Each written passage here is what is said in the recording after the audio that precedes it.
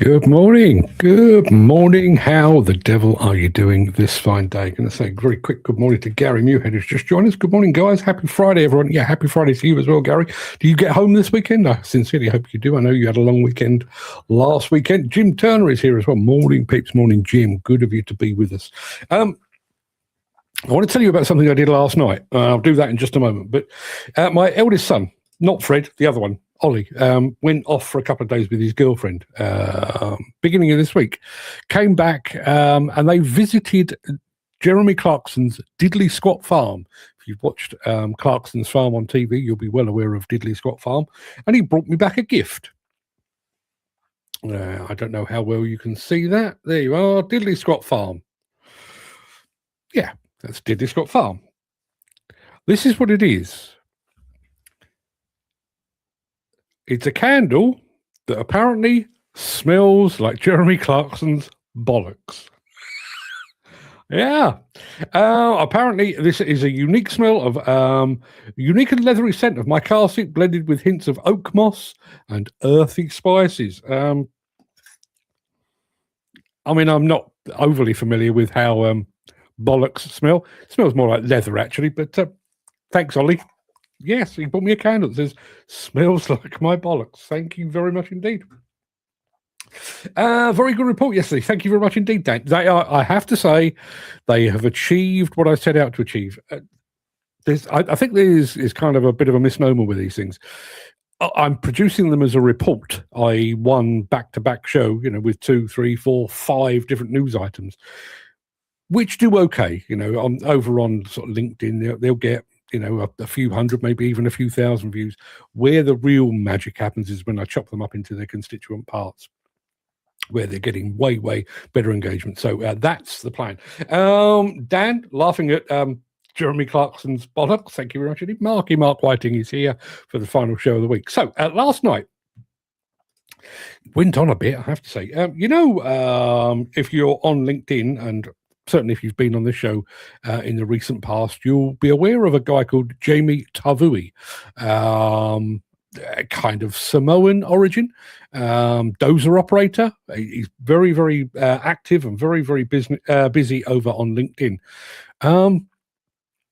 Some of you may be aware he was recently forced to take Flannery to court,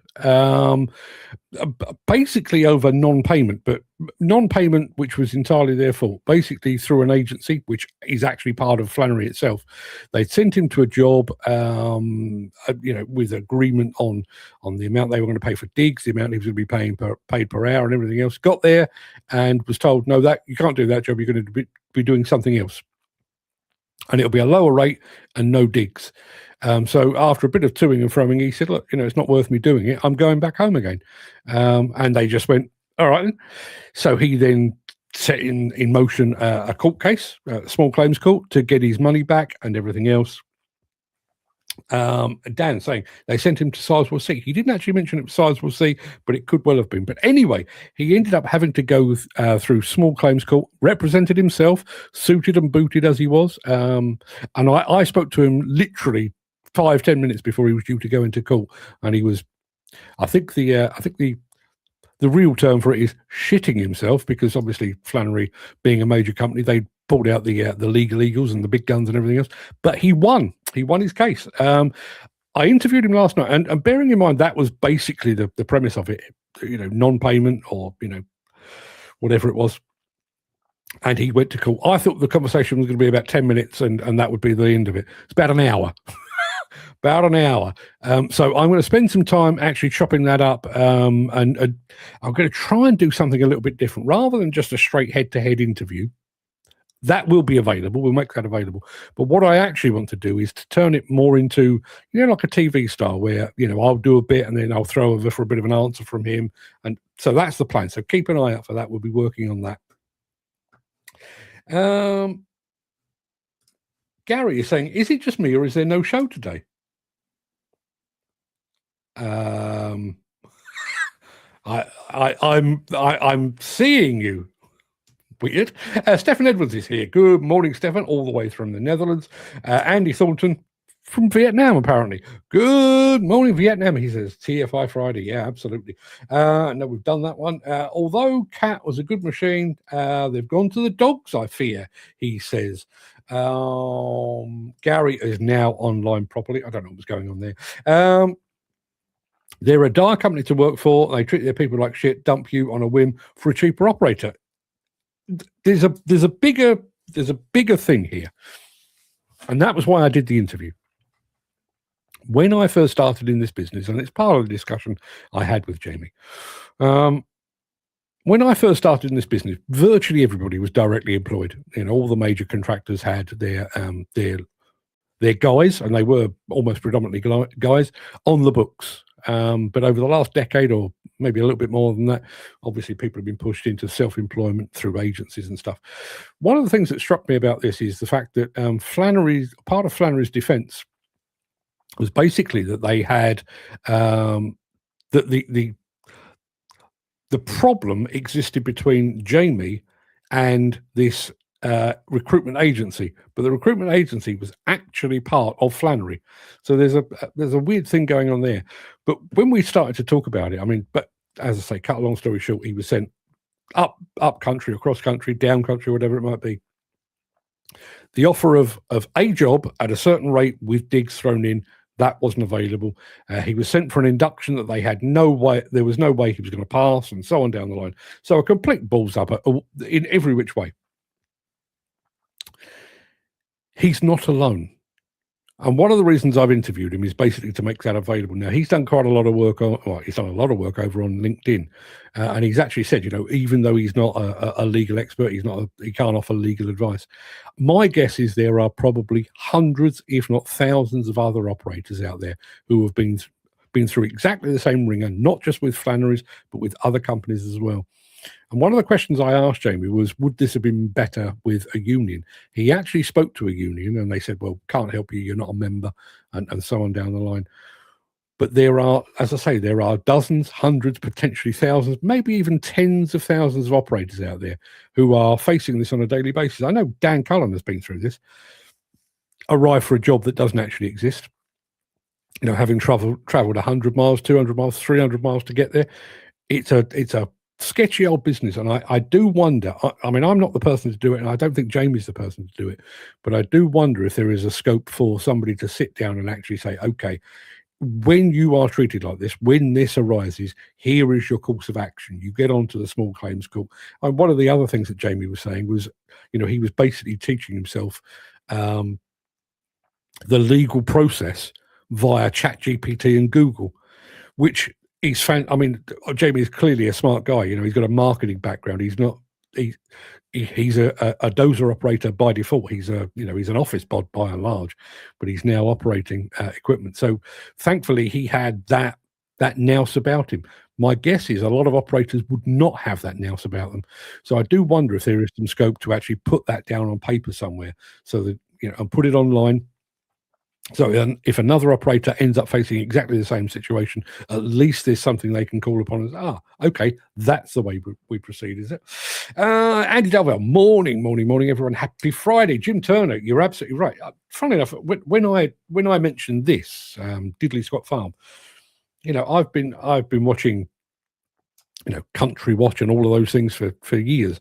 I actually think Jeremy Clarkson has done more to expose the realities of life in farming and agriculture than just about anyone recently. And I think Jamie Tavui has done exactly the same thing. He's done more to educate the average Brit about British agriculture. Oh, I thought he was talking about Jamie and local government than any other media organisation ever has. Please, God, nudge him into politics. But again, I'm going to re-emphasise the point, even though I've misread that. Jamie's bit on LinkedIn, I think, has done more to expose what is really going on in our education system, in the employment system within this industry. If you're not following him now, go and have a look.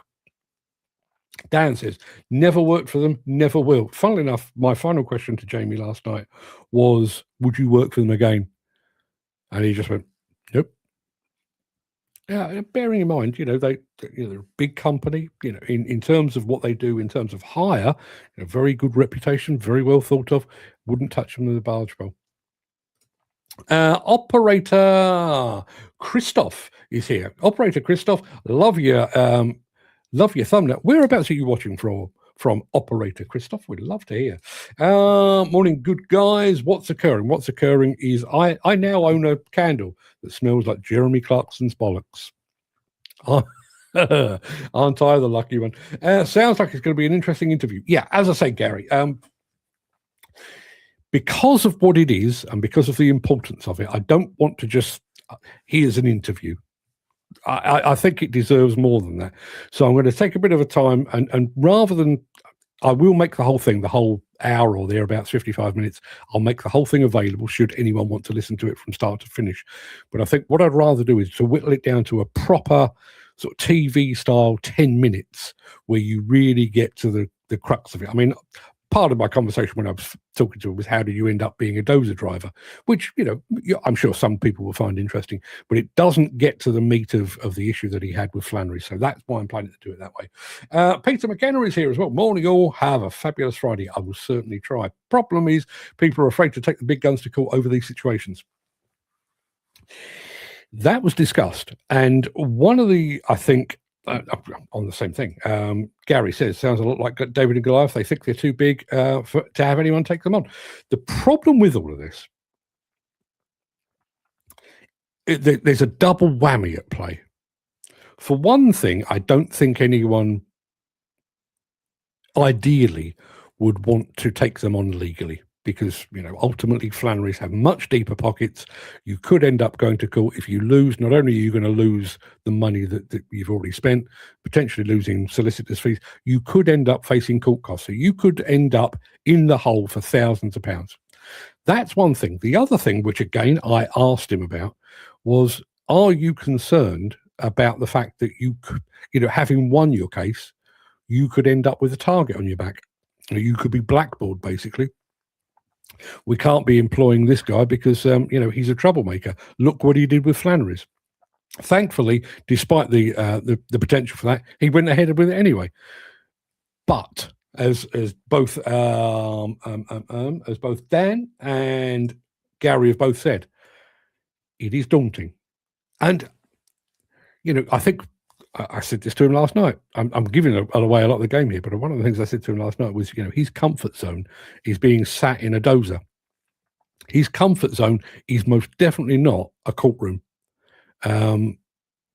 It's a daunting thing, and I do, you know, I do tend to take the side of the working man generally anyway, because that's kind of my upbringing. But I do wonder just how many of these major contractors, major plant hires, major companies are working on the basis that, yeah, they wouldn't dare sue us because, you know, we've got deeper pockets than they have. And as a result, get away with exactly what they get away with. Jim says, never met Jamie, but he comes across as a really stand-up fella. I totally agree. Yeah, we had a proper old chinwag last night, and I hope to do it again with him, hopefully in happier circumstances, although he did win the case. But yeah. Dan says, yes, I've been in these situations. But I have pushed them to actually pay me my dues to my face. I know my shit. You have to. And again, you know, money grabbing Dan. I wonder when workers were urged, and I'm using the word advisedly, urged into self-employment. Obviously, there was a lot that came with it. You know, lack of job security being one, but you also have to take care of your own accounts. You know, have an accountant to look over them, make sure you're doing everything right, and all of that sort of thing. Now you have to use a certain type of software to make sure you're doing all your tax right. But I wonder if anybody stopped to think about the possible legal implications. If, as a friend of mine always says, if you get your leg lifted, if your employer, agency or otherwise, if your employer bends you over, where do you stand? What do you do? Are you knowledgeable enough? Are you equipped enough to be able to go back and fight your case? Gary Muirhead says, I remember that years ago, the Black Book. If your name was in it, you never work in the UK again. Yeah, absolutely. And listen, I interviewed a guy very early days of this show. Wish I could remember his name. And he was one of those that was blackballed. And I mean, literally to this day, I mean, I think he's had to seek a completely different career, basically because he can't get work in this industry. Not only deep pockets, also brown envelopes as well. They're known for that. Listen, I can't comment on that because I don't know.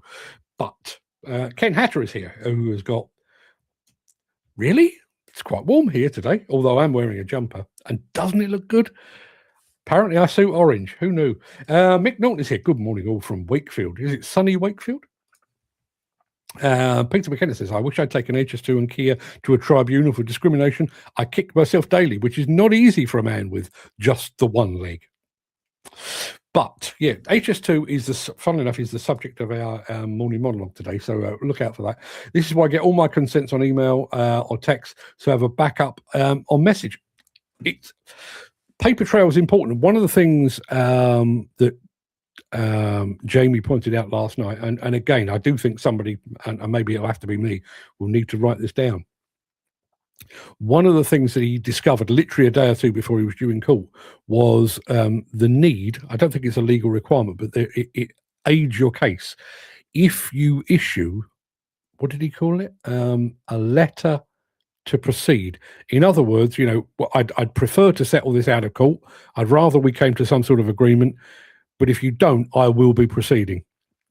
And apparently that weighed in his favour when it got to the court. So as I say, I may pick the bones out of that interview, maybe do a fact sheet or something like that. I'll see what I can do on that.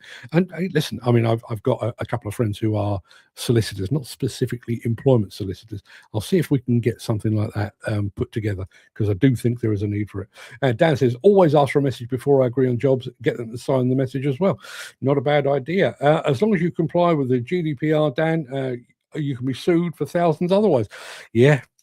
I mean, crazy situation. I mean, I've got a situation now where I wanted to send the Institute of Demolition Engineers magazine, which I write, to not just to their database, but to mine. And I said, well, the easy answer is give me your database. I'll plug it into mine. I'll just press one button and it'll go to everyone. And they went, oh, no, can't do that. Even though I'm doing their magazine. They can't share that information with me. Anyway, people, we've got loads to get through. And Peter, GDP, Driver Well, which is his foundation, I guess. Sort of foundation. His organisation is fully GDPR compliant. Glad to hear it. Right, we're 20 minutes in and we've done nothing apart from discussing the machinations of working for Flannery and the smell of Jeremy Clarkson's undercarriage. So it is time to crack on. I think we'll start with a bit of this.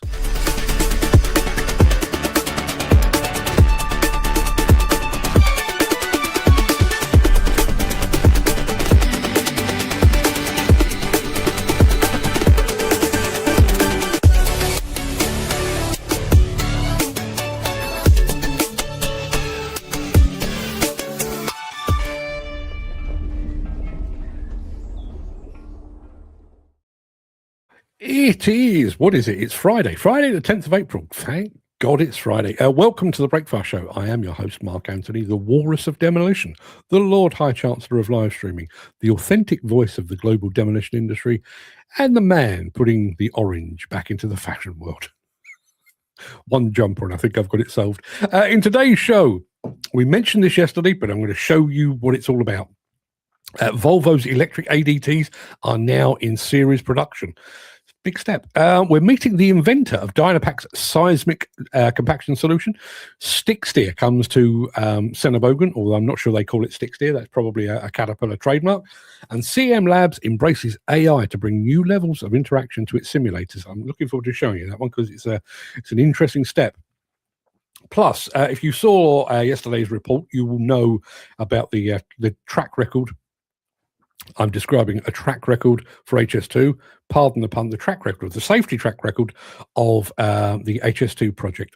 2,300 near misses in 4 years. So today's morning monologue is called A Dangerous White Elephant. Looking forward to bringing you that at the end of the show. Just gulped too much tea. Peter says, your jumper clashes with the background. I don't care.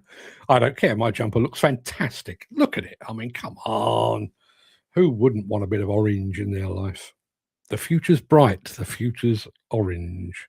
Whatever happened to orange? Are they O2 now? Is that what happened to? If you're not a long-term mobile phone user, you probably have no idea what I'm talking about. But yeah, O2 Orange was one of the original kind of hip and groovy mobile phone providers. I think it was part of O2 or was absorbed by O2. Anyway, let's have a bit of Caterpillar, and then we're going to talk about the series production of electric Volvo ADTs.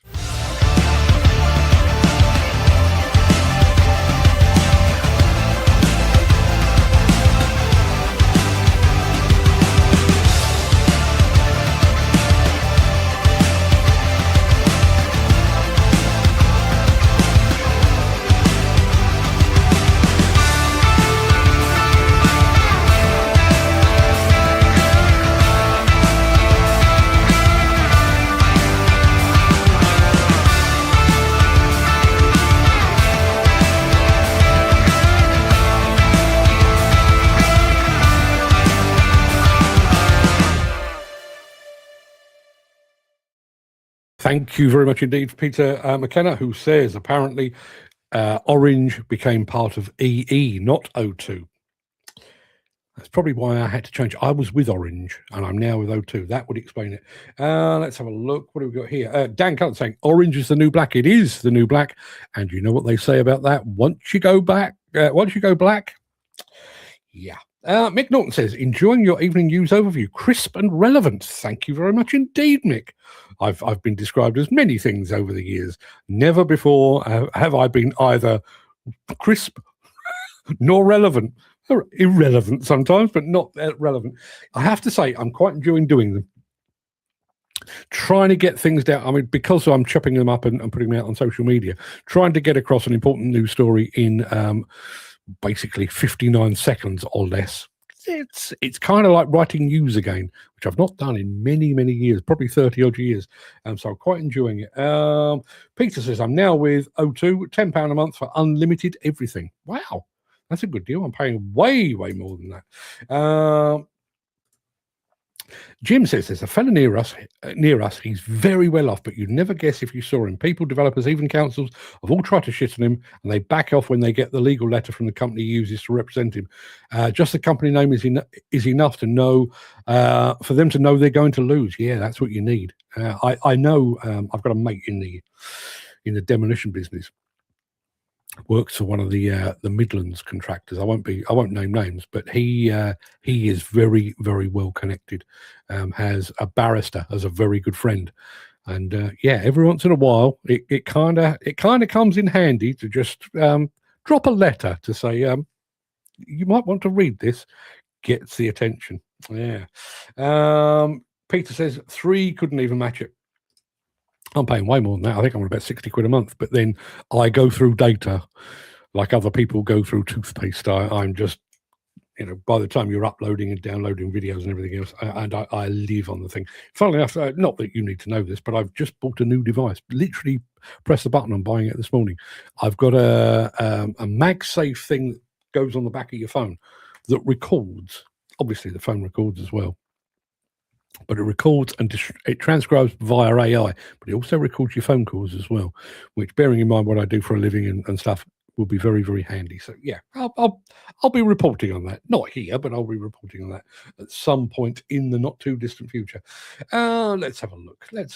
So yesterday, literally breaking news while I was probably about this time yesterday, while we were chatting away, as we always do, I mentioned the fact that I'd had a press release from the fine folks at Volvo Construction Equipment to say that their Volvo, or the Volvo ADTs, I think it's the A30 and the A40, but the electric versions are now in series production. They're not concepts, they're not prototypes, they're not one-offs if one customer wants them. They are now in proper series production. They've got a video that proves it. Here we go. Welcome to the home of articulated haulers. I am getting extremely humbled by thinking about all the people that has done the work before us to take us to the place where we are today. And now, in this very same place, we have started the production of the world's first serial produced battery electric articulated haulers in these machine sizes, the A30 and A40 electric.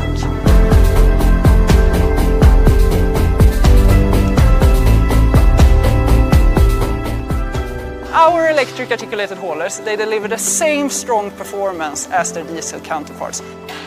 To see this technology move from idea until the serial production that we can see here today is a very special moment for us as a team. And our way of working within this project has been very hands-on. We have a flat organization where we work close together across functions. One moment is when we pulled out our desks, sitting right next to the assembly process, and at that time we were assembling the first electric articulated hauler. And then we flashed that machine with our new software, and we turned the key, and it started. That moment, we will never forget that. Engagement, the pride that we have in what we do that makes it possible. And the people behind these machines, they really take end-to-end ownership. And this, together with a lot of fun during the development, has resulted in great machines, soon ready to be sent to our customers. These machines will be a great business opportunity for our customers, as well as they will reduce emissions at the same time. Our commitment to zero emissions stays strong. The milestone that we are passing here with the start of the serial production of these machines is a very big step in this journey ahead. What excites us the most now is to see the machines out at customer sites making a difference.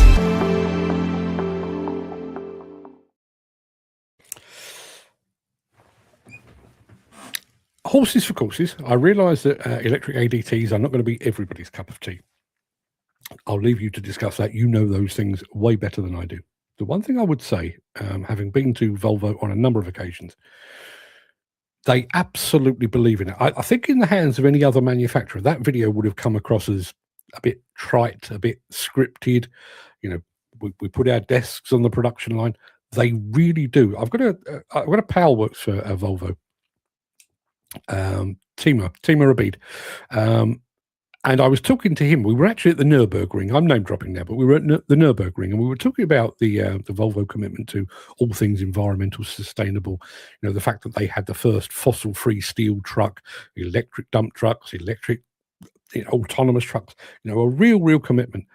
And I said, yeah, but it's a mission statement. But how? And he literally said, I've basically rewired my own house.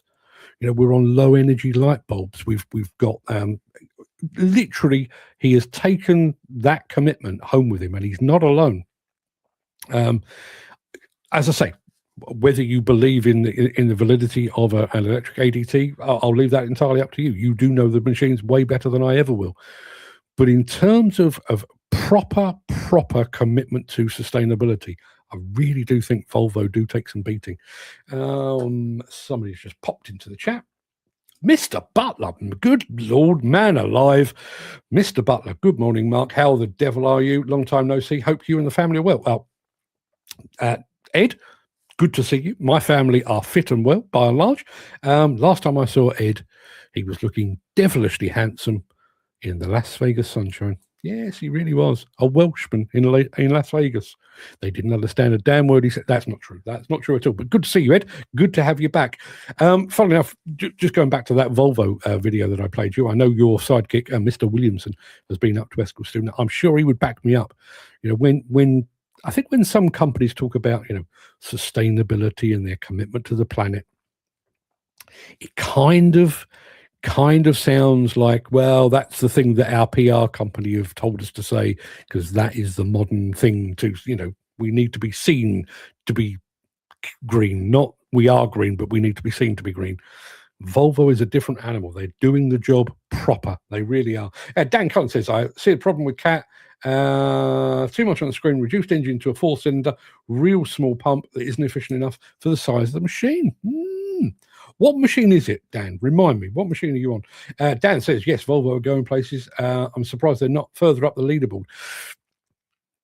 Well, I mean, they're in the top 10. And when you think about the head start that the likes of, Caterpillar and Komatsu have had, but also when you think about the leg up that the Chinese have had. I mean, for one thing, they had a booming local economy, but they've also got the leg up of being largely state-owned as well. So, things like their manufacturing costs tend to be a lot lower because it's state-owned and it's state-controlled and everything else. So I actually think Volvo are probably punching above their weight in terms of the overall leaderboard, but I do feel like they're carving a niche. I think Bobcat you'll recall, if you've been watching this show for a while, probably 4 or 5 years ago, one of the guys at Bobcat said that they were aiming to be the biggest compact, and I realise that's a contradiction in terms, but the biggest compact equipment manufacturer in the world. I do believe that they're either there or they are very, very close to being that. And I think Volvo, are they going to compete, with mining trucks with Caterpillar? Probably not. Are they going to go into other bits of the business that Komatsu are in? Probably not. But I think where Volvo are represented, their excavators, their wheel loaders, their dump trucks, take some beating. And Dan is on the 320 GC. That is that? And I'm asking the question because I don't know the answer. You mentioned the fact that it's a reduced engine, a 4-cylinder, and a smaller pump. Is that the GC derivative? If you go for the straight 320, do you get the bigger pump and the bigger engine? Is that how they've reduced? Because the GC, I can never remember is it General Construction or I can't remember. I don't know what GC stands for, but it's the budget option, isn't it? It's the it's the Aldi excavator rather than the Waitrose. It's the Aldi or the Lidl. Is that what you lose? You lose a bit of pump, you lose a bit of engine. Let me know. To be honest, I'd rate Komatsu and Kobelco and Doosan over the new Cats. Wow. Mick Norton says regarding ADTs electrics, as batteries add mass, surely the new EV version will have reduced payload and reduced range. Don't know, but what I will tell you is beginning of June. I think it may even be like the 1st of June, possibly. Can't remember, but early in June, I'm going to Eskilstuna. My guess is one of the reasons we're going to Eskilstuna is to see those. I've seen them stood still. They were on the stand at Bauma as a static thing. I'm hoping to get up to Eskilstuna and actually see them in action, get to meet the people behind it and get to understand it more. So hold that thought. I'll come back to you on it. Going to say good morning very quickly to Northern Rivers Demolition over on Instagram. There's a load of other people over there as well, but their name just stood out because it's got demolition in it. No, we've done that one. I don't know. That's a good one. Ground control GC. No, I don't think it is ground control. Ground control to Major Tom. No, I don't think it's that. I'm sure it means something else. I'm going to play another video in a minute. I'll go and have a look, see if I can find it. But if anybody else knows, please let me know. We've got an odd one in a moment. I'll tell you more when I come back after this. If you are enjoying this episode, please consider supporting the show. You can leave us a tip at buymeacoffee.com/demolition news. I can tell you, I very quickly looked it up. Apparently, GC is General Construction. I knew it was kind of in the back of my head. Apparently, let me have a look. The GC range is built for a lower total cost of ownership, featuring reduced fuel consumption, lower maintenance costs. Doesn't actually say what is removed to deliver that GC thing, but it is General Construction. There you are. If you've learned nothing else today, you've learned that. Speaking of Bauma, can you believe it's been 12 months ago? Where has that gone? Yeah, I know. And I'm sure you must get this, Ed, even more than I do. But I've really experienced it this time around with ConExpo. You spend so much of your time, it's a thing on the horizon. We're working towards it. We're setting aside stuff. We're buying the gear. We're packing bags, and we're building up. And you tend to put off other stuff. Like I couldn't really think about Samota, for example, until I got ConExpo out of the way. We did ConExpo, which is a month ago? Yeah, almost. And all of a sudden, it's like, Jesus, I've got a job to be getting on with, and I've got Samota, and then I've got Hillhead. It's kind of crept up on me. Yeah. I would forecast electric ADTs are the future for certain environments, not the entire industry. No, absolutely. But again, and I do wonder if this is part of the ethos that I've explained with Volvo. Volvo obviously are a Swedish manufacturer. The Swedes, the Norwegians, the Dutch, the Danish, I don't think they have an edge in all things sustainable. I think whereas us, and even more specifically, I think the Americans have looked at it as, oh, Jesus, that's something else we've got to adopt. Oh, God, that's going to be a pain in the ass. Oh, that's a bloody obstacle. Whereas I get the impression that, the Dutch and the Scandinavians have looked at it as, that's a good thing. Let's grasp it with both hands. Keep an eye on that. No Cat 320s. Do not do a 6-cylinder. Only a Cat C4.4. Says Dan. Oh, okay. Well, in that case, why the GC? Oh, well, obviously the GC is that little bit cheaper. Always wondered about that. I remember the first time I encountered a GC. It was actually a hydraulic breaker. I was in Malaga at the Caterpillar training center, and they were explaining, this is the regular breaker, this is the GC.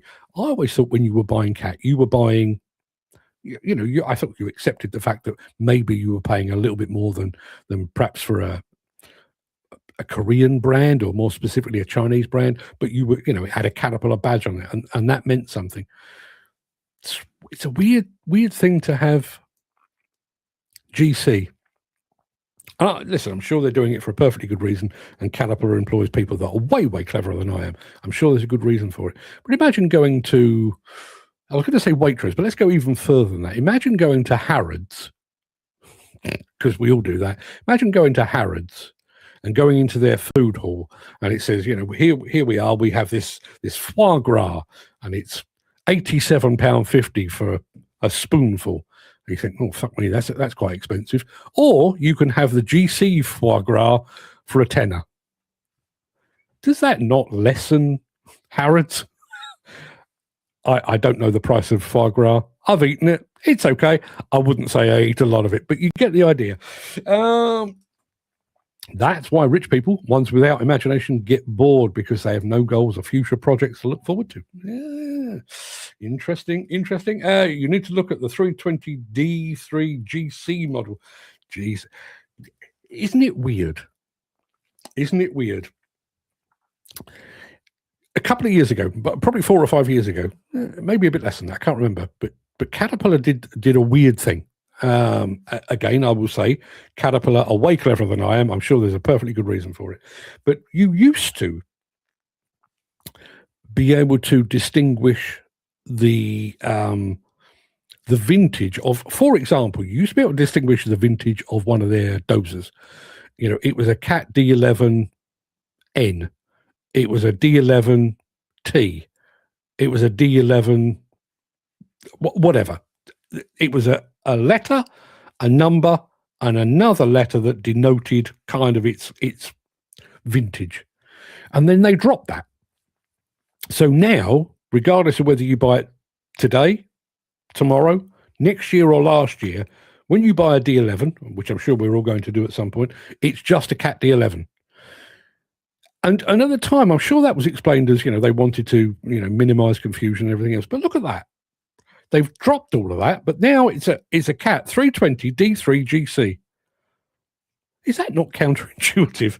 I don't think that's actually removing confusion. I'm sure that's adding it, isn't it? Jim Turner says loads of cats aren't cats, just badged up as cats. Yeah, there is a degree of that. But then, listen, show me a manufacturer that manufactures everything itself, and I'll show you somebody that's telling you porky pies, because there's a lot of badging going on. Scratch the paint and you can see what color they are underneath. That's not strictly true, but it was for a while. Back in the day, you could scratch a Caterpillar breaker, get the black off, bit of red underneath. Oh yeah, there's a Rammer badge right there. Anywho, people, got a weird one for you now. Normally when we feature new equipment and new systems, you tend to hear from the salespeople or the marketing people, sometimes the directors of the company, talking about the thinking behind it. We very rarely get to hear from the person that actually invented it. You know, I'm sure I told you this. Devellon offer this transparent bucket, which obviously is not transparent, but there's a camera that can see the other side, and it shows you in the cab what it looks like. That I spoke to the guy that invented that, who was Korean. Unfortunately, spoke very, very little English, and as a result, we couldn't use the video. But I've only spoken to him. We've got a video now from Dynapac. They have this seismic compaction system, which is, you know, revolutionary in compaction terms. And this is actually the guy that invented it. I'm Andreas from Dynapac Sweden, and I'm also the inventor of the patented Dynapac seismic technology. In this video, I will show to you how the seismic technology works. To do so, I have this model here with me, and I also have a glass of water to indicate how effectively we're able to transfer the vibrations from the drum into the ground. If we start this model, we can start it in a conventional way, means without the seismic system active. As you can see, the eccentric weights spin and they create an amplitude of the drum. Some small fluctuations in the glass indicates that the vibrations are transferred from the drum into the ground. Many people tend to believe that the faster we spin the eccentric weights, the better compaction we get, because they tend to believe that a high centrifugal force is what matters in compaction. However, I will show to you that that is actually not true. If we now let the seismic system work, it will find the optimum compaction frequency, where the vibrations are effectively transferred from the vibrating drum into the ground. And it will look something like this.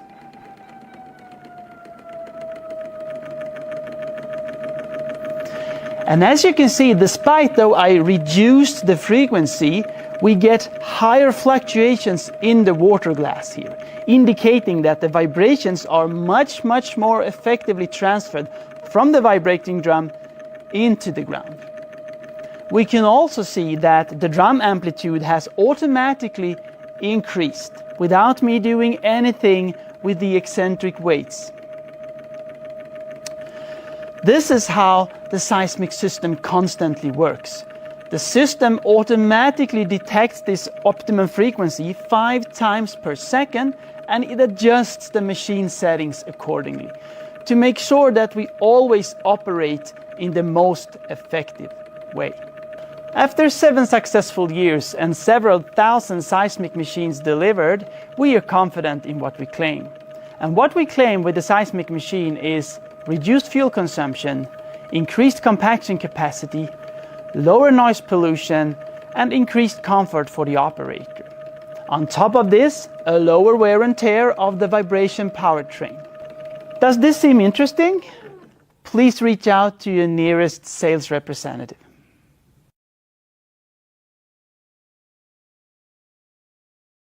I've got to be honest, I played that as much for myself as anybody else, because compaction is one of those things that I really struggle to grasp. A lot of what we do in this industry is very much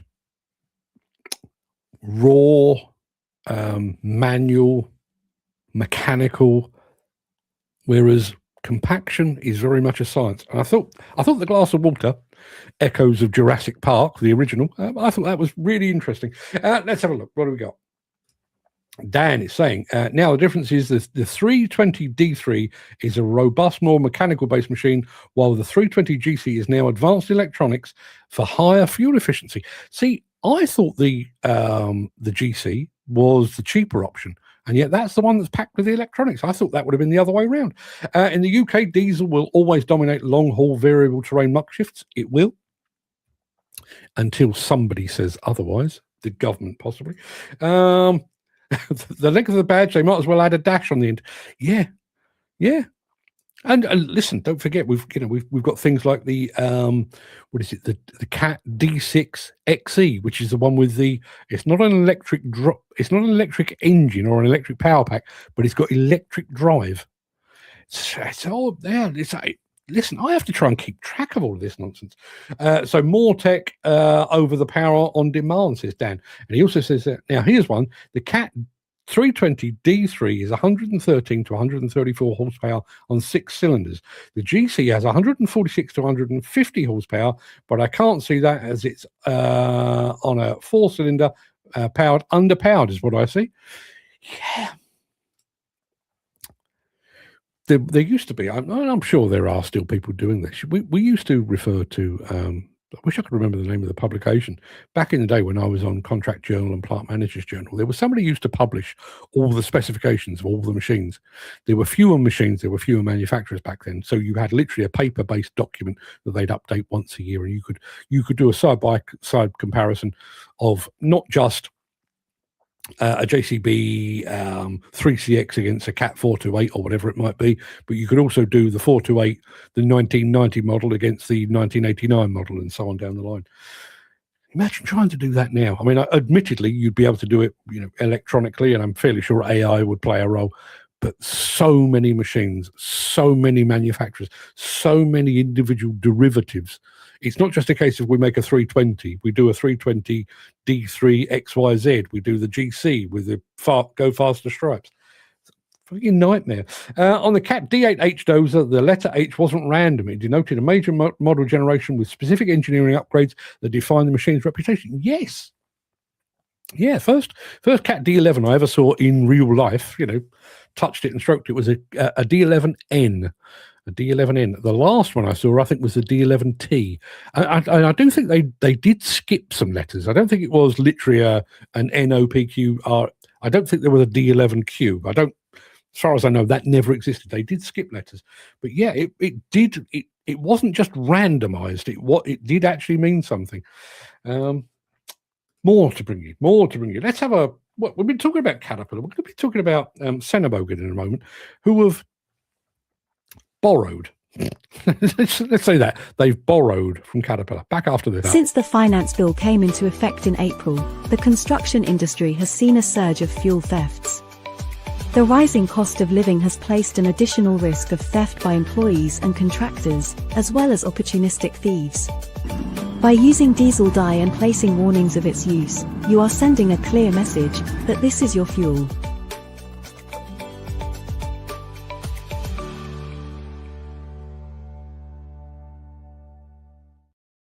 It's got to be more than 30 years since I climbed into a Cat 966 wheel loader that was equipped with stick steer, which was a brand new thing when I did it. And as I say, it's more than 30. It could even be like 35 years ago. First time I ever saw stick steer, and I hated it. I really struggled with it. This is pre-gaming and everything else. It felt weird to be driving an articulated wheel loader because the wheel does the steering, but it's also something to hang on to. So when you sort of lurch around a corner, you've got something to keep you in your seat. I found the idea of doing it by stick, where you've got nothing to hang on to really to keep you upright in your seat, I found that quite difficult, quite problematic. I'm sure it's come on leaps and bounds, and I know there are a lot of people out there that absolutely swear by stick steer, which is probably why Sennebogen have done something very, very similar. Hi and welcome. Where Sennebogen is building these nice machines. My name is Andreas. I'm product specialist at Sennebogen for the industry loaders. The 360 was introduced to you last year. Since then, we were listening what you said. Today, I will show you the latest significant feature.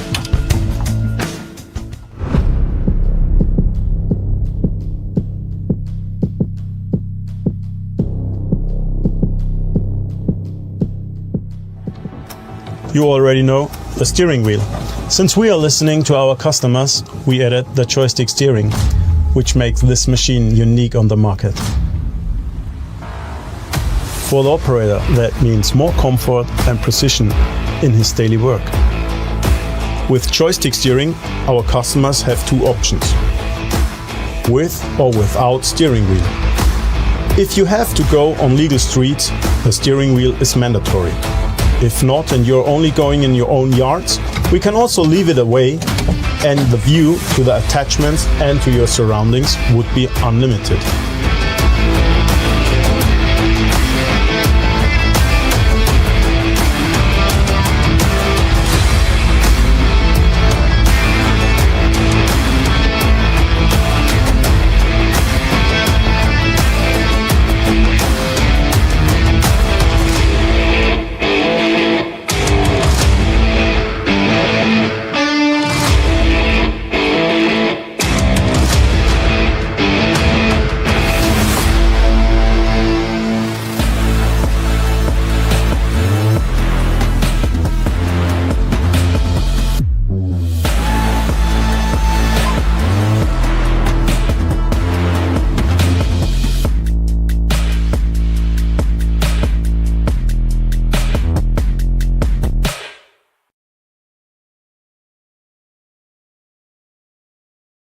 Totally agree, Dan. And the green is gorgeous. Yeah, absolutely. I love me a bit of Sennebogen. Fantastic video and an interesting application of tech. Speaking of tech, Jim has something to say.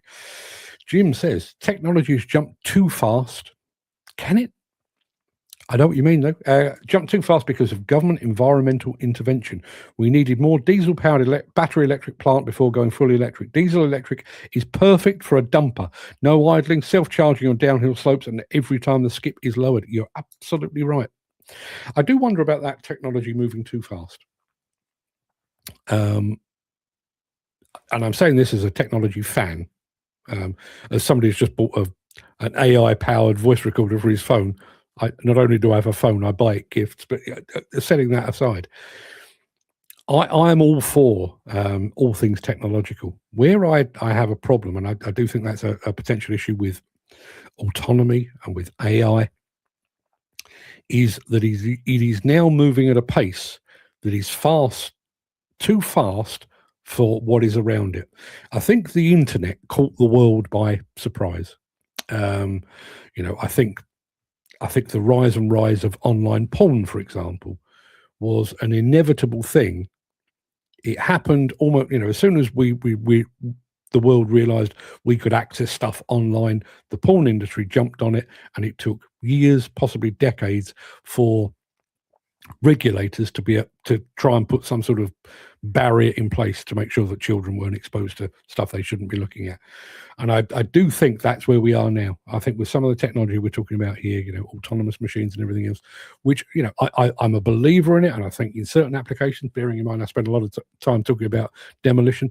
If we can literally take people out of harm's way, have them tucked down the road safely and securely, bacon roll to one side, cup of tea to the other, watching a machine do its thing, and they're just in a monitoring role. I think that's a fantastic thing. And I would embrace it wholeheartedly, because if there's nobody on site, nobody can get injured. I'm all for it. But I do think we do need to take a pause to think about, the implication on employment, for example. And again, as to Jim's point, I think we've kind of opened the floodgates in terms of technology, and I think technology is racing ahead, and I think the rest of the world is racing to try and catch up with it. Dan says, very well said, Jim. I think they shot the bullet without loading the gun first. Yeah. And I mean, in some ways, I understand it. I understand the attraction of shiny new things. I know when Apple first launched the iPhone, I was running, can't remember what it was called, one of those navigator phones. It did email, it did all the things, had a camera on it, which was okay and stuff. But when the iPhone came out, I must have one. I absolutely must have one. And I convinced myself it would make my job, my life, everything about me easier and better. And to a degree, I think it did. I think that is one of the lures of technology. Oh, we must have the latest. We must have the greatest. But what is the knock-on effect from that? What is the knock-on effect? But hold that thought, because I'm going to show you some more technology in a moment that I'm all about. I think this is a great use of AI. Back after this.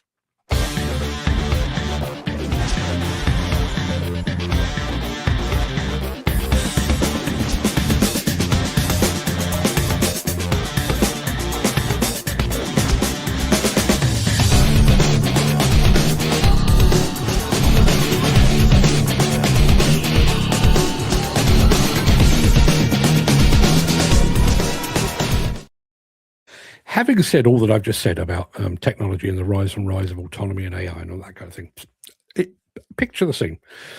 There's a classroom, dozen people, men and women, in a classroom with access to simulators to either learn how to operate a machine or how to operate a machine better. So either a starter or possibly as a refresher course for an operator. They've all got access to a simulator, but there's only one tutor. There's only one trainer in the room. So you're sat there not exactly knowing how to do a thing, and you could do with some assistance or whatever it might be. CM Labs have thought of that. I am I'm not being paid to say so, but I am a fan of what CM Labs do. The next development, as I say, imagine you're in a classroom and you need the attention or the assistance of a tutor. Imagine this. Can you tell me how I can start the engine? Certainly. On the Advantage control box, there's a green push button labeled Start Stop Engine. Press that button to power up the engine. You'll also find a throttle dial on the control panel to adjust the RPM once the engine is running. Everything started with our acquisition of a small company that was already focusing on AI for training, but in a different field. And so we spent the last year looking at how could we integrate AI inside of our products to be able to help the trainees and help the instructors, whether it's able to manage more trainees on multiple simulators or manage their time between being outside in the yard and then back in the simulators so that they wouldn't need to, in a sense, babysit their trainees at all times, and really giving a bit more freedom to the trainees in that they'll be able to ask the simulator how to do things instead of always having to rely on a live instructor. There's kind of a push to talk button on the touchscreen. There's going to be an auditory response, an audio response from the simulator that will either answer the prompt or the question if you just ask it how to do something, or you'll see visual elements come up on screen if you're asking it to guide you through how to perform the exercise. So I'm going to go in here and load up our control familiarization exercise number 3. Whenever you want to speak with me, just press and hold the button on the top right corner of your touchscreen station while you talk. I can help you understand controls, procedures, and guide you through tasks step by step. If you ever need a physical demonstration, I could take control or provide on-screen guidance. Let's get started whenever you're ready. Can you tell me how I can start the engine? Certainly. On the Advantage control box, there's a green push button labeled Start Stop Engine. Press that button to power up the engine. You'll also find a throttle dial on the control panel to adjust the RPM once the engine is running. Now, let's say I'm not really sure how to reach my next goal. Can you show me how to reach the next goal, but do not take control? So now I'm going to be the one doing the movement. We can see there the white dot and the green dot as I'm going through and performing this movement. Now the next step would be, well, you know what? Show me how to do it. Can you show me how to reach the next goal and take control? So now we're going to see on screen, it's actually coming in, doing the movement to reach the next target, and then letting me continue on with the exercise. And keep in mind, this is our very first pass at this. We're going to keep evolving this. Today, we're introducing this on our excavator as it is kind of our flagship when it comes to earth moving equipment. But our goal is to move the AI guide capability across all of our equipment over time.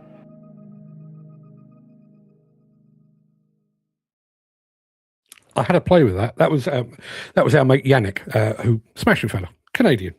All Canadians are nice in my experience, but yeah, I had a bit of a play with that, and it's really good, really good. I realise that we have that capability in some of the machines now, not just on simulators, but actually in the machine.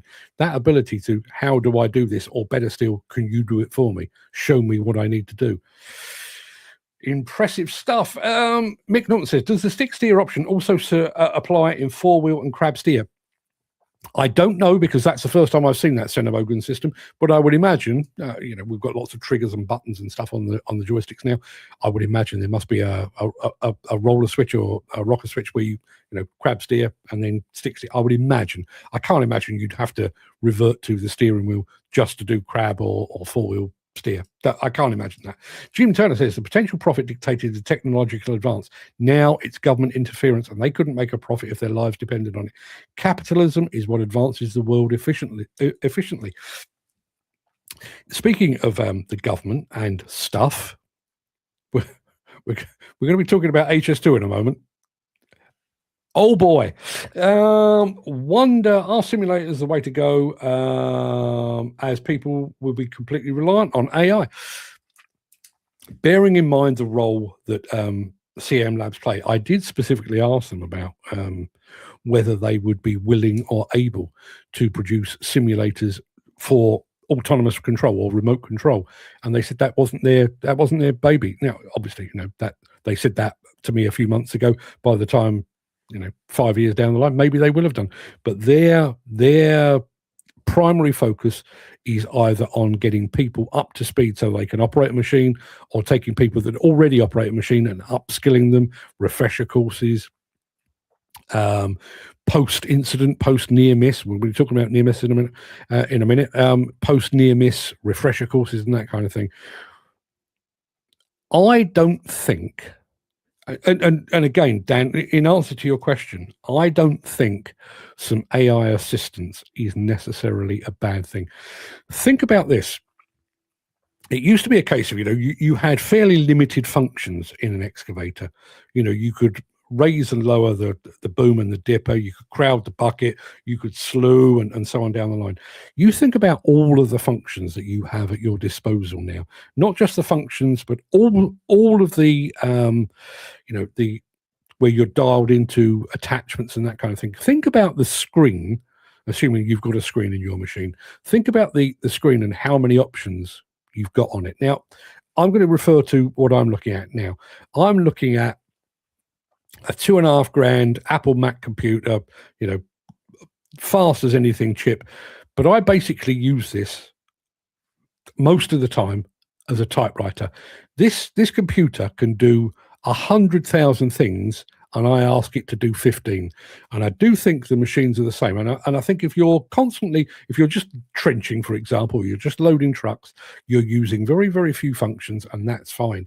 But the moment when you start to operate outside your comfort zone, in other words, like when I use Microsoft Excel, I have to relearn it. And I have to relearn it manually. I literally have to sit here and remember how it worked. If you've got an AI in the cab with you, how do I do this again? And it tells you, or it does it for you. Now you're talking. I'm going to say good morning. Nacho Reyes is back with us, saying good morning, greetings from Colombia. I'm a big fan of yours. Nacho, that means the world. Thank you for that. Muchas gracias. I think that's probably Spanish. Yeah, this is all I've got. But thank you for that. That really does mean the world. Thank you very much indeed for saying that. Mick Norton says, I've just checked, stick steer applies across all steering modes. Neat. You'd hope so, wouldn't you? Wouldn't that be a pain in the arse? You've got stick steer, but you've got to keep going back to the steering wheel just to do certain functions. That would drive you mad. Dan Khan saying another machine rolled over yesterday. Well, let's talk about accidents in a moment. Because that pretty much wraps up the main part of this morning show. I'm going to roll the outro in just a second before leaping gazelle-like over into my morning monologue. If you can't stick around for that, please stay safe, look after yourself, your family, your friends, and your colleagues. I hope to see you again very soon. I'll be back on Monday for yet more of the same. But if you do have the time and the inclination, and if you really want to be frustrated both about the industry and about the British government and its handling of the industry, well, please stick around, because I've got a tale to tell.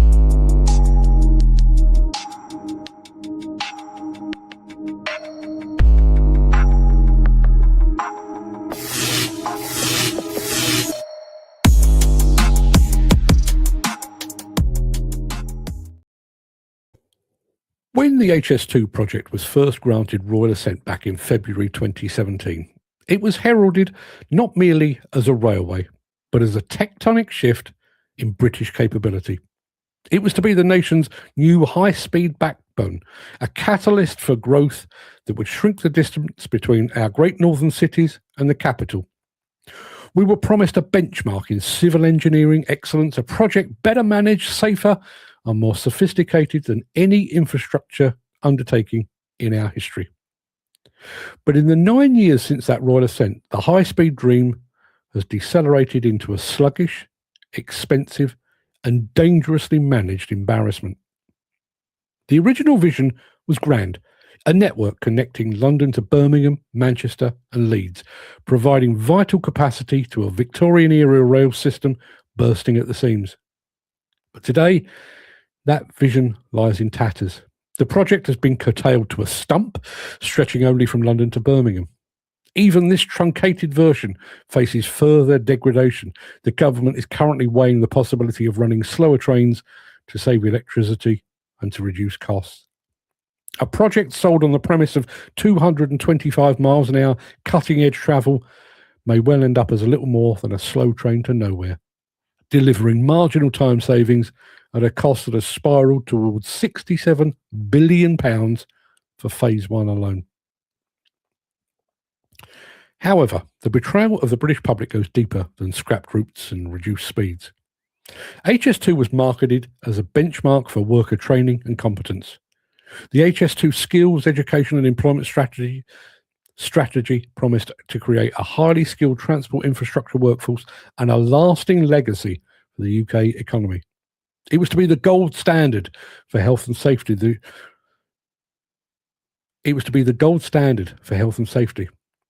The reality, revealed in recent reports, is a damning indictment of the UK civil engineering sector's ability to deliver on its grandest promises.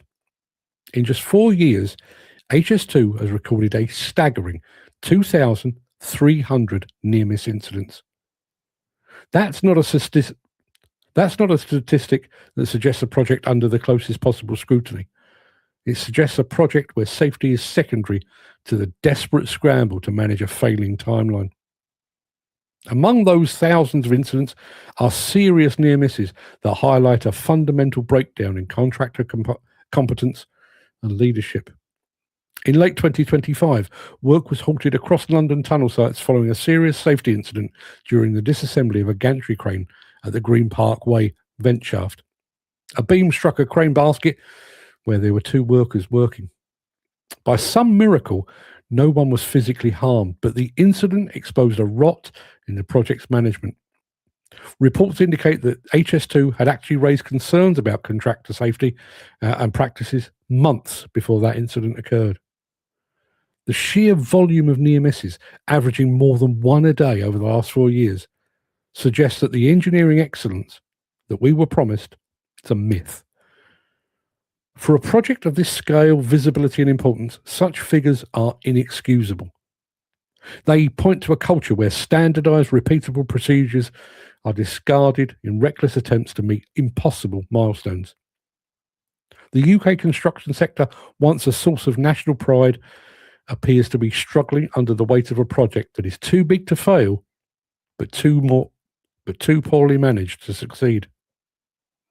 The government's response to this mess has been a series of panicked retreats. Transport Secretary Heidi Alexander has spoken of drawing a line in the sand, but that sand is shifting. The proposal to run trains at slower speeds to save money is the final admission of defeat. If HS2 is no longer high speed and no longer connects the north to the south, what exactly is it? Furthermore, the impact on local communities has been nothing short of monstrous. In villages like Walter Alton, residents describe lives destroyed by noise and vibration. Homes are cracking, gardens are unusable due to dust, and HS2's response has been to offer compensation tied to non-disclosure agreements, a bully tactic that reflects the project's moral bankruptcy. The failure of HS2 is a failure of British ambition.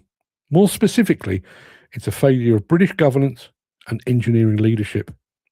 We were told this project would prove we could still build big, build fast, and build safe. Instead, we've proven that we can spend billions to achieve almost nothing. We've built a monument to incompetence. The government's procurement strategy needs to be questioned. How were contracts awarded to joint ventures that consistently fail to meet safety benchmarks? Why was the project scope allowed to balloon while its utility was concurrently gutted? The civil engineering sector must also face a reckoning. If our leading firms can't ensure the safety of their staff, how can they be trusted with the grand promises of the future? HS2 was sold to us as the new high-speed backbone of Britain. Instead, it's become a cautionary tale. It's the story of a gold-plated dream meeting the cold reality of a nation that's forgotten how to manage complex infrastructure. The promises of capacity, speed, and excellence have all been broken. And what remains is a project that's lost its way, a government that's lost its grip, and a construction sector that's lost its reputation. The slow train to nowhere hasn't even arrived yet, but already the cost of the ticket has been far too high. 2,300 near misses in 4 years, more than 1 a day. And let's not forget what we're talking about here.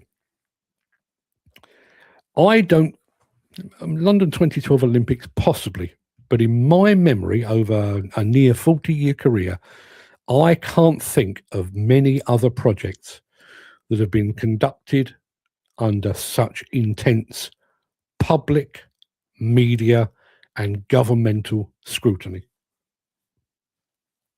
And despite that, costs have spiraled, safety has gone out the window, timelines have been pushed back and pushed back and pushed back. The project has been curtailed, and as I said, it was called HS2, High Speed 2. And now we're taking out the speed part of it. Let's go over to the chat, see what you're all saying on this Friday morning.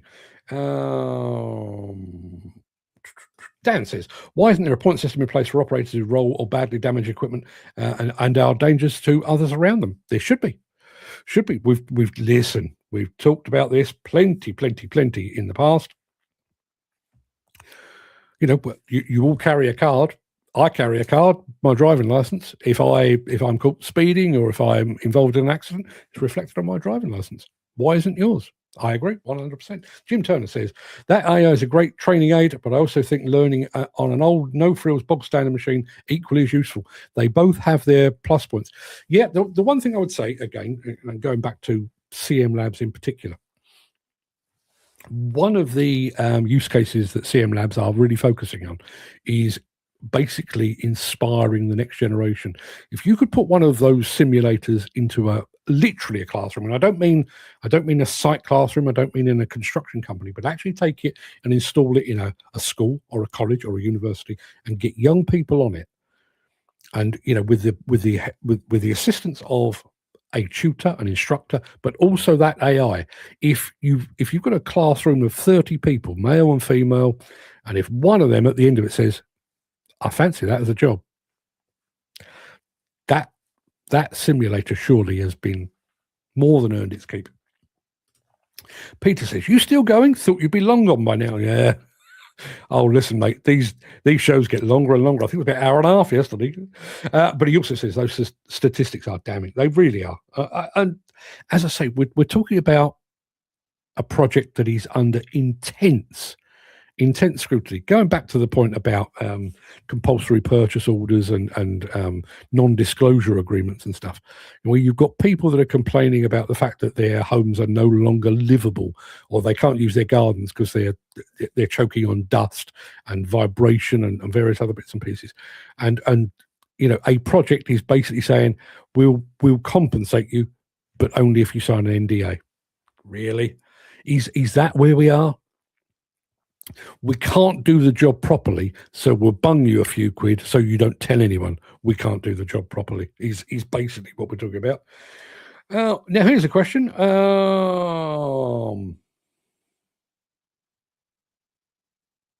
What was energy drinks, and what ethnicity was of these accidents? Dan, I've got to be honest, I can't join the dots on that. Let me know what you're trying to say. It's an actual waste of billions that could have been used on roads and infrastructure for these so-called 1.5 million homes here. Yeah. Mick says it's the old story. If you reside outside the Westminster Bubble or north of the Watford Gap, you don't count. Yeah. I listen, you know, I can tell you where I was. I was at a CEA meeting, Construction Equipment Association meeting in London, probably Westminster somewhere. Maybe in the Institute of Civil Engineers, can't remember. But I was in London, I was in Westminster at a CEA meeting, and it was the day that the Royal Assent came through. And you know, the entire industry, bearing in mind Construction Equipment Association, so the makers of construction equipment, this was a cause of great celebration, because they'd already released details of how many excavators would likely be required, how many dump trucks, how many dozers, how many graders, how many crushers, and it was literally, it was like the industry had hit pay dirt. We've now got the go ahead, wait for the orders to start coming in. Further down the line, it started to feel like it was the best news story we could possibly have. There were talks of tens of thousands of apprentices and a legacy of employment. They put in place training schools on the length of, the London to Birmingham stretch. I know people like Flannery and Lynch did likewise. And there was talk about raising standards and educating more and producing, taking people out of school, taking them through training to make them valuable members of the HS2 team. And then when HS2 was done, we would have all of those people flowing back into the industry. All along the line, everything about it, early doors, sounded precisely like the shot in the arm that this industry needed. And then we put boots on the ground and shovels in the earth. And from that point onward, the whole thing has been an absolute travesty. An absolute travesty. I'm not going to recount it again, but just to give you a reminder of the inefficiency of HS2. I visited the HS2 site. I spent 4 hours going through inductions and drug and alcohol tests. I was accompanied the entire time I was there, and the only thing I was driving was a camera. I wasn't a danger to anyone else. I was accompanied the entire time by one of the site representatives who had been through all the training. All I was doing was pointing a camera, and I had to spend 4 hours going through an induction. There were men there on the same day that I was, who were going to be working there either in a physical role or in an operator role, and they were devoting an entire day to an induction, and then they would have to come back the following day to actually start work. Gross inefficiency from start to finish. The government needs to look at the way that they procured that. But I'm at the point now, I'm of an age where I don't expect much of governments and of politicians. The bit that pains me is the industry. Bear in mind, we are the industry that didn't just build our motorway network, didn't just build our train network, didn't just build our canal network, didn't just build our airports. Our expertise, our knowledge, and our experience was exported around the world. I'd be embarrassed to export some of this now. Don't get me wrong. HS2, I'm sure, has some absolutely top-notch, world-leading engineers, but they are literally working with their hands tied behind their back. And I keep coming back. The waste of money is awful, terrible, embarrassing. The fact that we can't see a project through to its original end goal of Leeds and Manchester is embarrassing. The fact that we can't deliver an actual high speed, it will be a fast, but it won't be high speed. Like every other developed nation in the world has got. Look at Japan with the bullet train. We can't deliver that. But then, even while we're not delivering, we are putting people in danger. Near-miss incidents of more than one per day on a project that is being conducted under an absolute microscope. Even though we know the world is watching, we can't make it safe. Just staggering. Dan says, shocking amount. The speed part was how fast they wasted our money. Yeah. Euston Station was promised to be world class. With HS2, it's downsized and a non-event. Yeah, absolutely. The problem is, Dan, shortage of operators. If there was a restriction on operators, you would compound the shortages. True that. Operators should have further training to make sure they understand why they have to. They've had a near miss or an incident on site, which kind of brings us back full circle. I'm not saying that's the only answer, but if there has been a near miss, what happens? Unfortunately, the report doesn't say that. I think, somebody will ask a question about why was there a near miss? What went wrong? What was the cause? How do we go about not doing it again? Are they using something like that CM Lab simulator to say, okay, let's reenact exactly what happened. We'll program it to do right. Now show me how you're going to do it in future. Here's a refresher course designed specifically for it. Or are we just, yep. Another day where we've had a near miss. Day since last near miss, 0. Yeah. A real machine is inspiring. Nearly everyone that tries one ends up smiling and loving it. Very few get the chance. Yeah, that is absolutely the truth. Absolutely the truth. But then, can we be carting Cat 320 GCD3 XYZs to schools? Probably not. Being allowed back in the seat, before being allowed back in the seat of construction plant, which follows on from there. Yeah, absolutely. Despite the 2,000 plus near misses on HS2 to date, there have been 0 fatalities. Yeah. I find that one hard to get excited about, though. That doesn't sound like something we should be proud of. That sounds more like a there but for the grace of God moment. We haven't killed anyone, but fuck me, we were lucky. That's not something to be proud of, right? I'm glad nobody's been killed. Let's be absolutely honest. I'm glad nobody's been killed. But the fact that we almost killed people, I'm finding it hard to get any pride out of that. Boots on the ground and shit show starting at the majority of the workforce there are foreign nationals. Dan, honestly, mate, you come back to this so many times. I don't care. Here's how projects are supposed to work. Okay. The government should be employing the best construction, civil engineering companies, the most reputable, the most competent, the most experienced to do the job. Now, I realize that price comes into it, and they will go for the low bid, but the way that it should be is they should be employing the best to deliver the best outcome. You then look at those contractors. They should be employing the best, most reputable, most experienced subcontractors to help bring that vision to fruition. Those subcontractors should be employing the best, most experienced, most reputable, most knowledgeable people to do the work. And I personally don't care whether that person is black, white, green, yellow, or purple. I don't care whether they're male or female. I don't care whether they're Christian, Catholic, Muslim, or Jewish.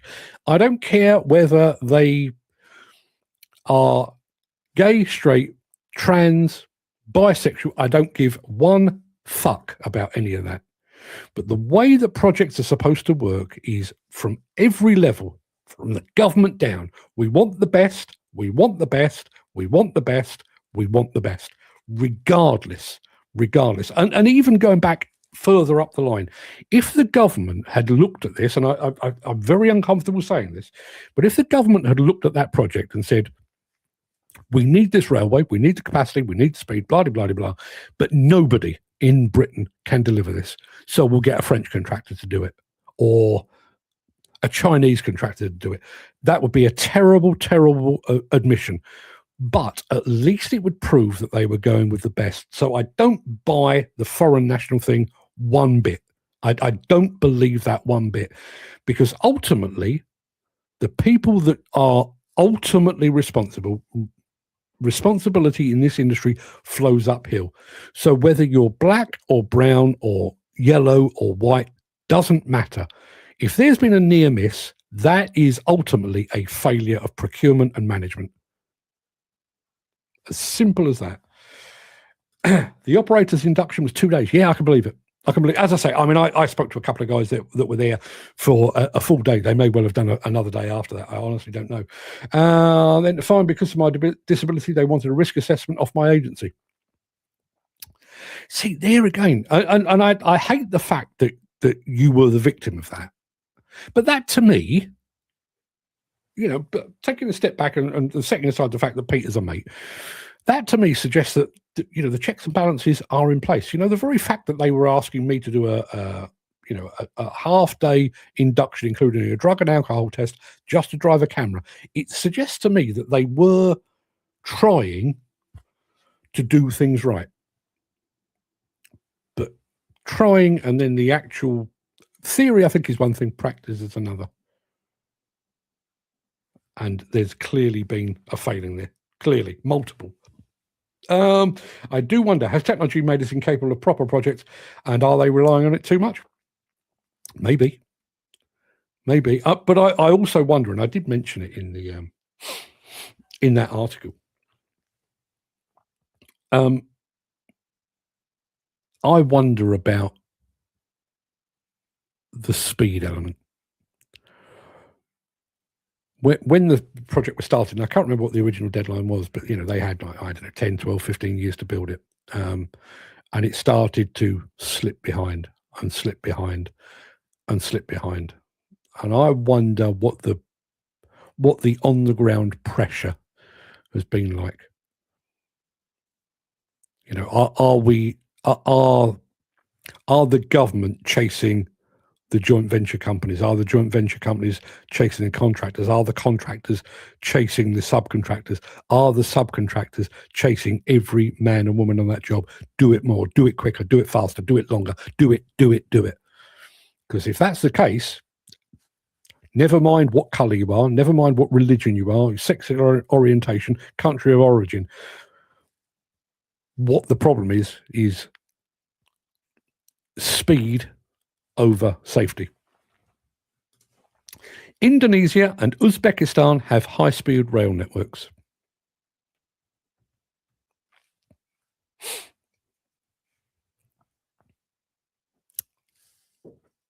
I don't want to speak out of turn.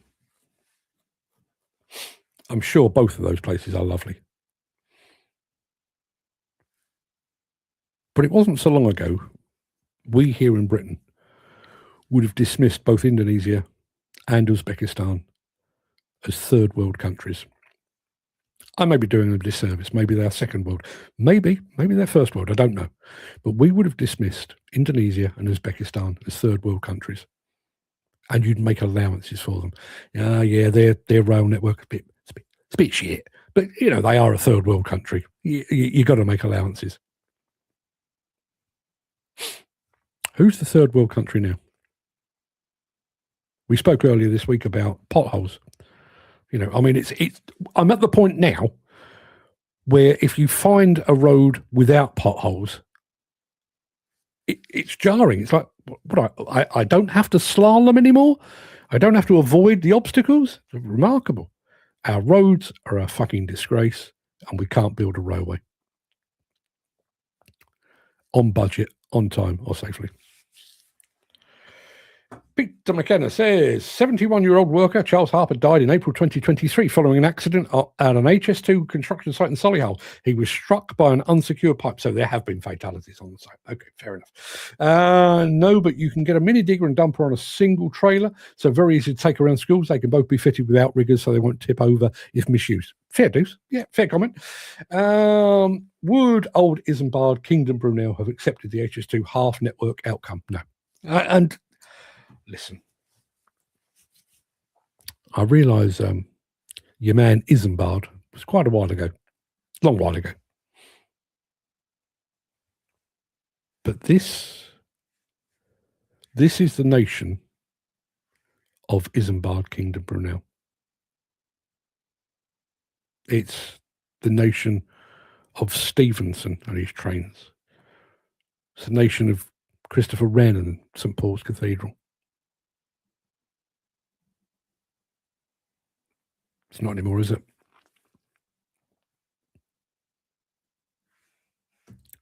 How far we've fallen. And as I say, I realised Christopher Wren was a while ago. I realised Kingdom Brunel was a while ago. But there was a time, if somebody, India, for example, if India wanted to build a railway, who did they call? Called the Brits. Because the Brits could do it. Now, based on this,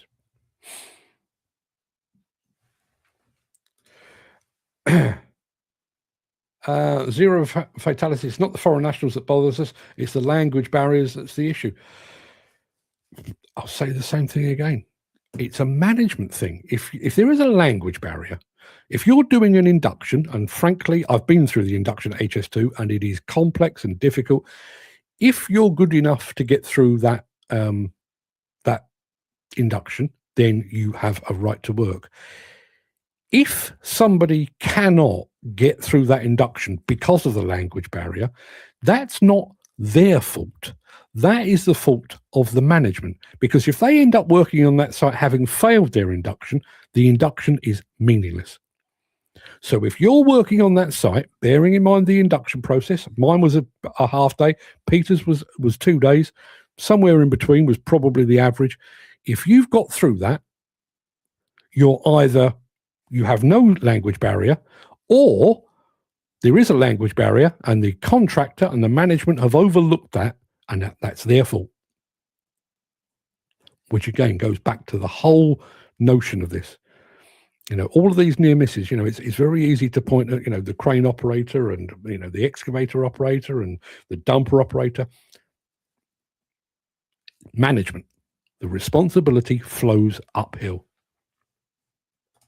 Apparently, the HS2 CEO is on a salary of £665,000.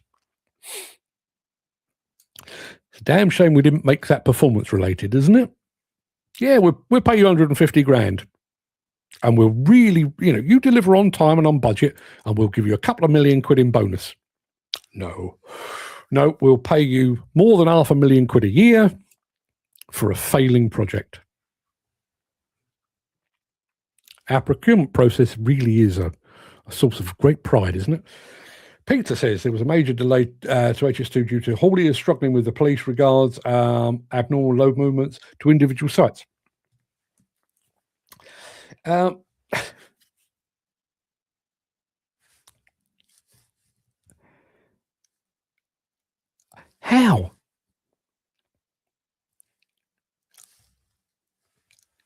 How are vehicle movements on the biggest infrastructure project in Europe a surprise to anyone? As I said, I don't have the notes with me, but I could tell you how many dump trucks. It was something like 700 ADTs were going to be required for the full length. We didn't do the full length, but it's going to be 700 ADTs on that project. And I knew that 9 years ago. So you would have thought their arrival on low loaders, because they're not going to track up the road on their own, their arrival on low loaders really shouldn't have come as a surprise to anyone, right? And it's a government project. Who do the police report to? The government. They're arriving by road, highways. Who runs the highways? The government. None of this should be a fucking surprise. It took approximately 5 to 6 years to build the main line of Isambard, Kingdom Brunel's Great Western Railway.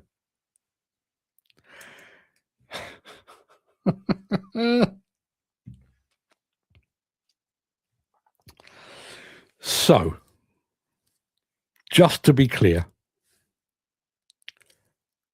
no technology, all manual labour,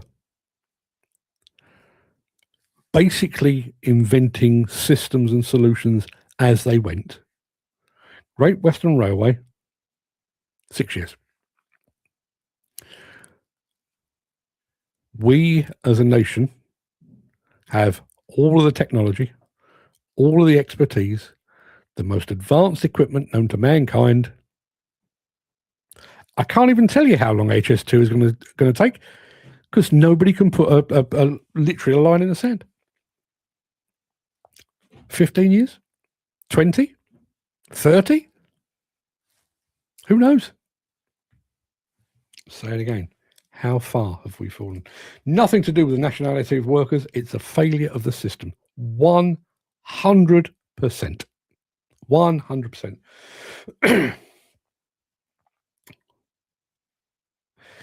These are great workers, but its language barrier is counteracting some third world countries, and Italy are better quality than their British counterparts. Well, get the Italians to do it then. Or the Indonesians, or the Uzbekistanis. Because nobody wants to say this. Nobody will want to say this. The government won't want to own up to it. HS2 as a company won't want to own up to it. All of the various contractors, subcontractors won't want to own up to it. HS2 is a failure. It's a hugely overblown, over budget, over time, unsafe white elephant. It has failed. It has failed. Dan says, HS2 still be going when we're all dead and buried.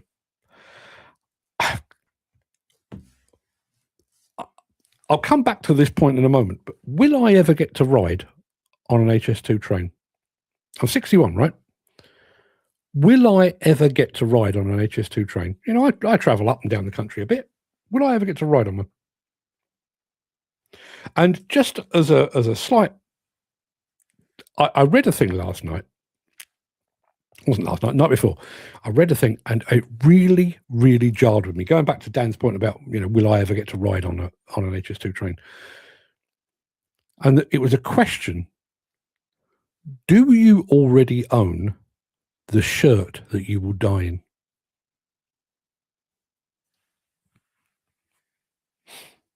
It's made me think. I mean, I own some nice shirts. I hope I'm wearing one of the good ones when I do finally pop my clogs. Yeah. Yeah. Will it?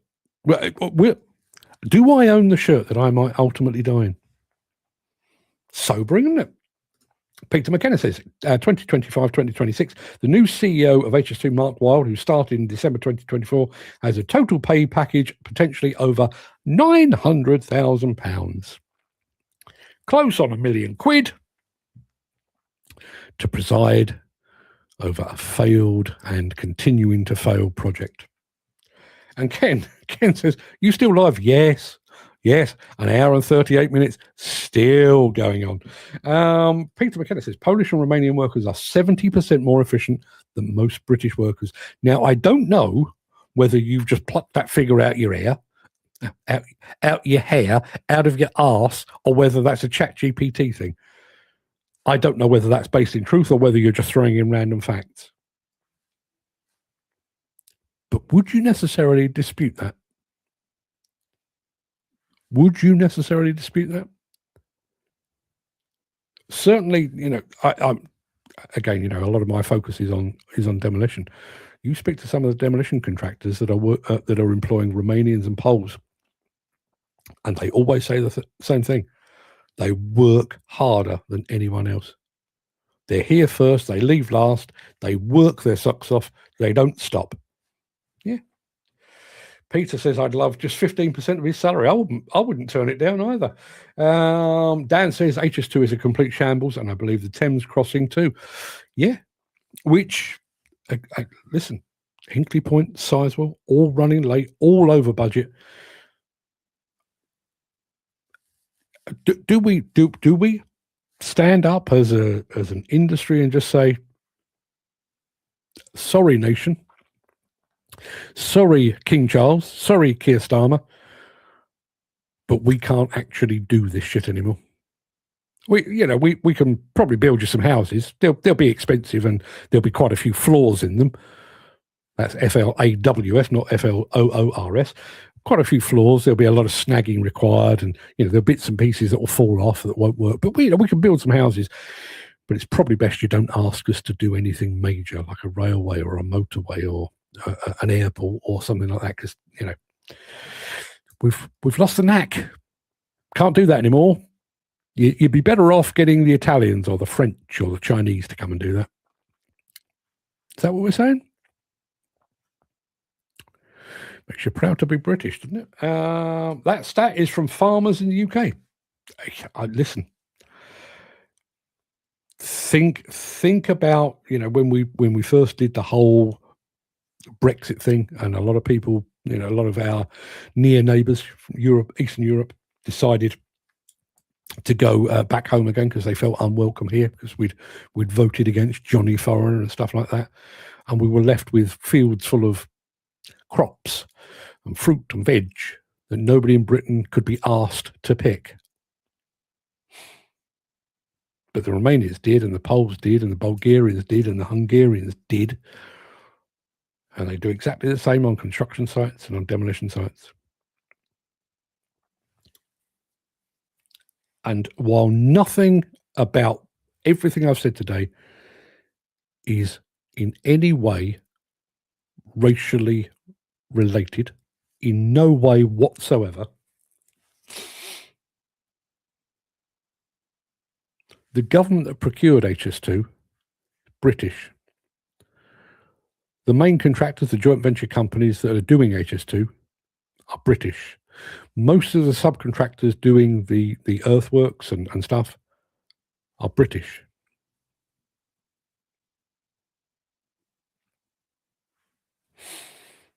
And that's where the failing is. Dan's on his way out. Have a wonderful weekend. Peter McKenna says, laugh is they have the technology to build efficient nuclear power plants that are easier to build and will be far cheaper to build and run. We can do it, but the red tape stops us. And it's the red tape that creates the money funnel to consultancy companies taking the money out of the pot and doing sod all. Hard to argue with that. It is hard to argue with that. But the fact remains, we'd like a railway from London to Birmingham, Manchester and Leeds. There's the route. There's the budget. There's the timeline. And we've missed on all of those.